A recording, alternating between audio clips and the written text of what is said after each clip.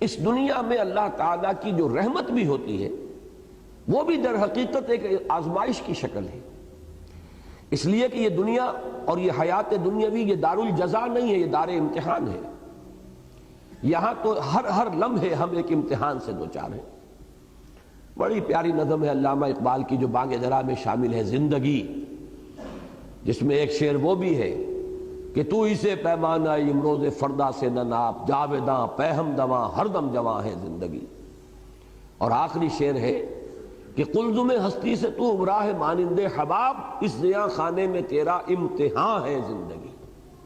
اور یہ در حقیقت ترجمانی ہے سورہ ملک کی اس آیت کی کہ ہم نے خلق الموت والحیات لیبلوکم ایکم احسن عملا۔ یہ موت و حیات کا سلسلہ، حیات مسلسل چلی جا رہی تھی، موت کا وقفہ ڈال دیا گیا، اس کے حصے کر دیے گئے تاکہ ایک چھوٹا سا حصہ علیحدہ کر لیا جائے، small chunk of our life, وہ علیحدہ کر لیا گیا تاکہ اس کو ایک امتحانی وقفہ بنا دیا جائے۔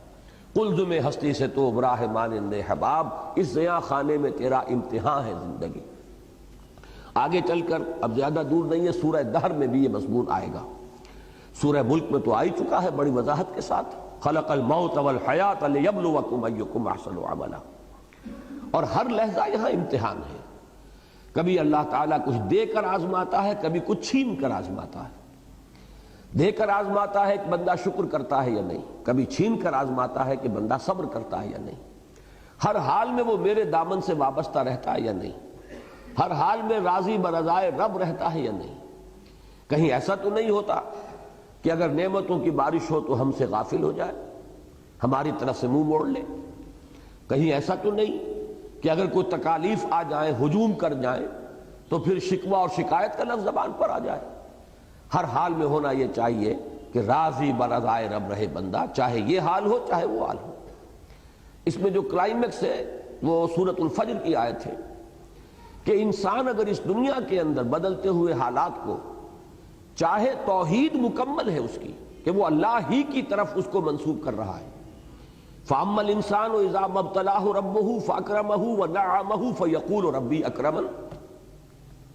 انسان کا عجیب حال ہے کہ جب اس کا رب اس کو خوب نعمتیں دیتا ہے، آزماتا ہے اس صورت میں کہ نعمتیں دیتا ہے، خوب اس کو اکرمہ عزت دیتا ہے، فیقول ربی اکرمن، تو وہ کہتا ہے مجھے رب نے عزت دے دی، باعزت بنا دیا، میرا اعزاز فرمایا۔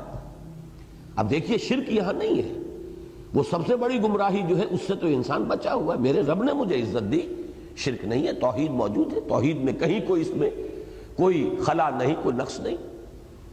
وَأَمَّا إِذَا مَا ابْتَلَاهُ فَقَدَرَ عَلَيْهِ رِزْقَهُ فَيَقُولُ رَبِّي أَهَانَنِ۔ اور جب دوسری شکل میں اللہ تعالیٰ امتحان لیتا ہے کہ اس پر اس کے رزق کو تنگ کر دیتا ہے، ناپ تول کر دینے لگتا ہے، تھوڑا تھوڑا ایشو کرتا ہے، اس لیے کہ قدرہ کے معنی جو ہے وہ یہی ہے، اندازے سے دینا شروع کر دینا۔ ایک ہے بغیر حساب آ رہا ہے، اور ایک یہ کہ اب ناپ تول کر کے آ رہا ہے۔ فَيَقُولُ رَبِّي أَهَانَنِ، تو وہ کہتا ہے میرے رب نے تو مجھے ذلیل کر دیا۔ اب ان دونوں جملوں میں توحید اور شرک کے اعتبار سے کوئی کمی نہیں ہے کہ کوئی گمراہی کی آپ نشاندہی نہیں کر سکتے۔ اللہ نے عزت دی اور اللہ نے ہی ذلیل کر دیا، لیکن فرمایا کلا، ہرگز نہیں۔ یہاں نفی کس اعتبار سے ہو رہی ہے کہ ابھی ہدایت کا ایک درجہ اور ہے۔ تم یہاں مال و دولت اگر مل گیا ہے تو سمجھ رہے ہو کہ یہ عزت ہے، اعزاز ہے، حالانکہ یہ بھی امتحان ہے۔ اور اگر کہیں تنگی آ گئی تم سمجھ رہے ہو یہ توہین اور تذلیل ہے، حالانکہ یہ بھی توہین اور تذلیل نہیں ہے، یہ بھی امتحان ہے۔ یہ دونوں کیفیات اس اعتبار سے برابر ہیں کہ یہ بھی امتحانی کیفیت، وہ بھی امتحانی کیفیت۔ ایک درجہ اس سے بھی اوپر ہے ہدایت کا، لَتَرْكَبُنَّ طَبَقًا عَنْ طَبَقٍ، ہدایت بھی درجہ بدرجہ آتی ہے۔ سب سے بڑی گمراہی تو یہ ہوتی کہ انسان یہ کہتا کہ مجھے نعمتیں ملی ہیں، یہ تو لکشمی بائی کی کرپا ہو گئی، فلاں دیوتا راضی ہو گیا، اس کی نظر عنایت ہے، مجھے یہ سب کچھ مل گیا۔ اب یہ تو ضل ضلالا بعیدا، یہ گمراہی کی بہت دور کی شکل ہے۔ اور کہیں اگر کوئی تکلیف آ گئی، فلاں دیوتا ناراض ہو گیا، معلوم ہوتا ہے کہ فلاں دیوی یا دیوتا کی نگاہ کرم ہم سے پھر گئی ہے، دو قربانیاں، آؤ کوئی ڈنڈوت کرو، کوئی تلافی کرو، راضی کرو۔ تو یہ تو سمجھیے کہ یہ گمراہی ہے دور کی۔ اس گمراہی سے آدمی چلا تو پہلا درجہ جو آیا ہدایت کا وہ توحید ہے، کہ اس نے یہ کہا کہ مجھے نعمت ملی تو اللہ نے میرا اعزاز اور اکرام فرمایا، مجھ پر تکلیف آئی، تنگی آئی تو اللہ نے مجھے ذلیل کر دیا، تو اس کے اعتبار سے تو یہ ہدایت ہے۔ لیکن اب یہ تیسری سیڑھی کو دیکھیں گے تو یہ بھی ابھی گمراہی ہے۔ وہ تیسری سیڑھی کیا ہے کہ یہ دونوں حالتیں مساوی ہیں، یہ دونوں حالتیں امتحان ہیں، دونوں میں اللہ آزما رہا ہے۔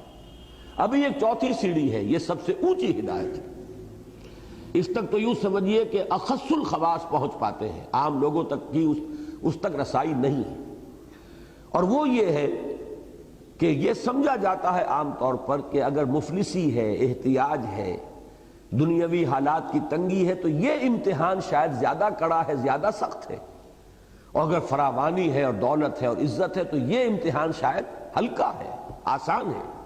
حقیقت یہ ہے چوتھی سیڑھی جو ہے ہدایت کی، کہ اصل میں امتحان بھاری جو ہے وہ دولت کا امتحان ہے۔ اگر اللہ تعالیٰ زیادہ دیتا ہے، عزت دیتا ہے، وجاہت دیتا ہے، یہ امتحان زیادہ سخت ہے، زیادہ مشکل ہے۔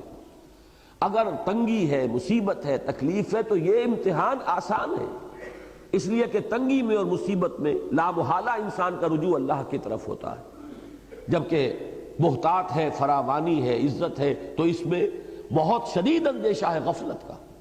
تو معلوم یہ ہوا کہ نتیجے پر اگر نگاہ ہے تو اس کے اعتبار سے یہ امتحان کے دولت ہو اور اس کے انبار ہو اور فراوانی ہو، یہ زیادہ مشکل امتحان ہے بنسبت اس کے کہ تکلیف ہو یا کوئی دنیا میں احتیاج کا معاملہ ہو۔ اس کے حوالے سے یاد رکھیے امام احمد ابن حنبل رحمۃ اللہ علیہ کا وہ واقعہ کہ ایک زمانے میں حکومت جو ہے تشدد کر رہی تھی، شدید ترین عتاب میں آئے ہوئے ہیں، مار پڑ رہی ہے، جیلوں میں ٹھوسا ہوا ہے، اور الفاظ یہ آتے ہیں روایات میں کہ وہ مار ماری گئی ہے کہ اگر ہاتھی کو بھی وہ مار ماری جاتی تو بلبلا اٹھتا، لیکن کبھی کوئی آنسو جو ہے آنکھ سے نہیں ٹپکا۔ لیکن جب حالات بدل گئے اور اب دارالخلافہ جو ہے یا بیت الخلافت، وہاں سے اب آ رہے ہیں اشرفیوں کے توڑے لے کر، ایک شخص آیا ہے، تھیلی لے کر آیا ہے کہ یہ خلیفہ نہیں، کیونکہ خلیفہ بدل گیا، اب حالات جو ہے حکومت کے تبدیل ہو گئے۔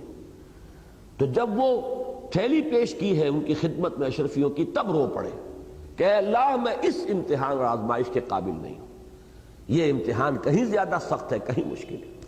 تو ان چار درجوں کو اگر اللہ تعالیٰ توفیق دے تو یاد رکھیے۔ اب دیکھیے ریلیٹیو، یہ جو تھیوری آف ریلیٹیوٹی ہے یہ ہر جگہ چلتی ہے۔ سب سے اونچے درجے کے اعتبار سے دوسرا درجہ بھی گمراہی کا ہے، پھر اس کے اعتبار سے تیسرا درجہ اور گمراہی کا ہے، اور جو سب سے نیچے ہے وہ تو خیر گمراہی ہے ہی ہے۔ نیچے سے چلیں گے تو پہلے کے مقابلے میں دوسرا بھی ہدایت پر مشتمل ہے کہ آپ نے اگر دنیا میں خیر ملا، بھلائی ملی تو اسے اللہ کی طرف منسوب کیا، اللہ نے مجھے عزت دی، شرک سے تو بچ گئے۔ اگر تکلیف آئی، مصیبت آئی تو اس کو بھی اللہ کی طرف منسوب کیا، اللہ نے مجھے ذلیل کر دیا، شرک سے تو بچ گئے، اس کے مقابلے میں ہدایت پر آ گئے۔ لیکن اس سے اوپر کی ہدایت ہے یہ کہ آپ ان دونوں کے اندر کوئی فرق و تفاوت ہی نہ کریں، دونوں امتحان کی کیفیات ہے، نہ یہ عزت ہے نہ وہ ذلت ہے۔ یہی سورہ تغابن کی اس آیت کا مفاد ہے، ذالک یوم التغابن، ہار اور جیت کا فیصلہ تو اس دن ہوگا۔ اس دن جو بری ہو گیا عزت اس کے لیے ہے، اور اس دن جو جہنم میں جھونک دیا گیا ذلت اس کے لیے ہے، چاہے دنیا میں قارون کی دولت اس کے پاس رہی اور فرعون اور نمرود کا اقتدار جو ہے اسے حاصل رہا ہو۔ اور سب سے اوپر یہ ہے کہ اصل کڑا امتحان جو ہے، حضور کی حدیث یاد کر لیجئے، ما قل و کفا خیر مما کثر و الہا، جو کم ہو لیکن کفایت کر جائے، بنیادی ضرورتیں پوری ہو جائیں، کسی کے سامنے ہاتھ نہ پھیلانا پڑے، وہ کہیں بہتر ہے اس سے کہ جو کثیر ہے لیکن غافل کر دینے والی شے۔ جہاں کثرت ہوگی، بہتات ہوگی، غفلت آ جائے گی۔